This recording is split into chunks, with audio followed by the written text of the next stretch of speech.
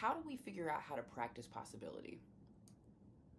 Like right now, and I think we're experiencing this truly insane crisis of imagination, and that we're really like, it's so much easier to succumb to our fears, and succumb to the ideas that what we are experiencing and what we are about to experience are inevitable, and have inevitable outcomes that we cannot change.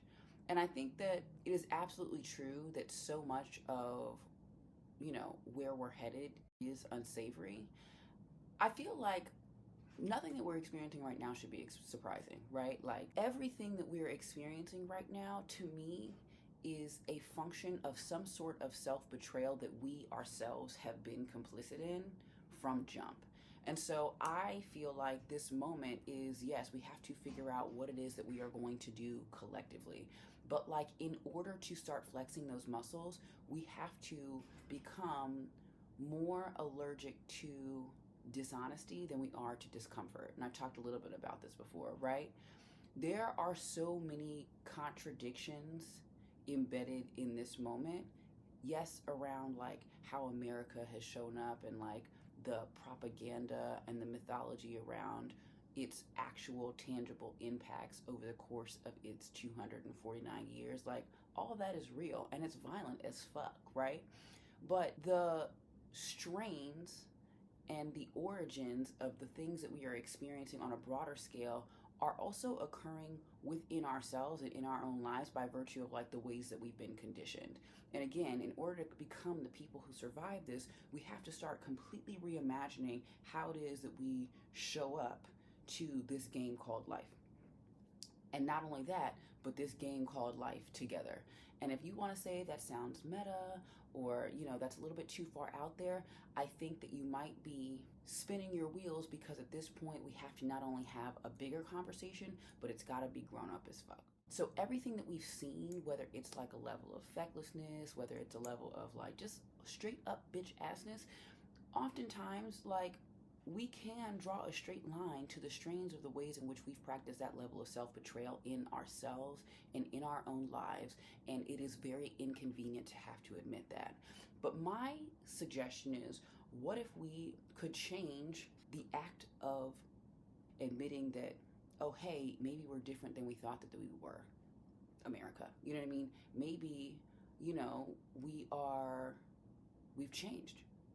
And how is it that we hold that recognition and then say, okay, well now, because I view myself as somebody who is empowered to make a change in this immediate small world of mine, then I'm going to go ahead and do that. The problem is, a lot of people don't even feel that baseline level of agency, right? Because we've been conditioned to practice so much deference to outside authorities, whether that's when it comes to our identity, whether that's when it comes to our academics, whether that's when it comes to our professional choices. It could be the responsibilities that we feel by virtue of like who we are to our families and our communities. Like we have pretty much practiced a culture that checks the boxes without thinking, and then we wonder why we feel like there's a lack of thought behind where we are. And like even more so than there being this lack of thought, there is such a sincere lack of feeling.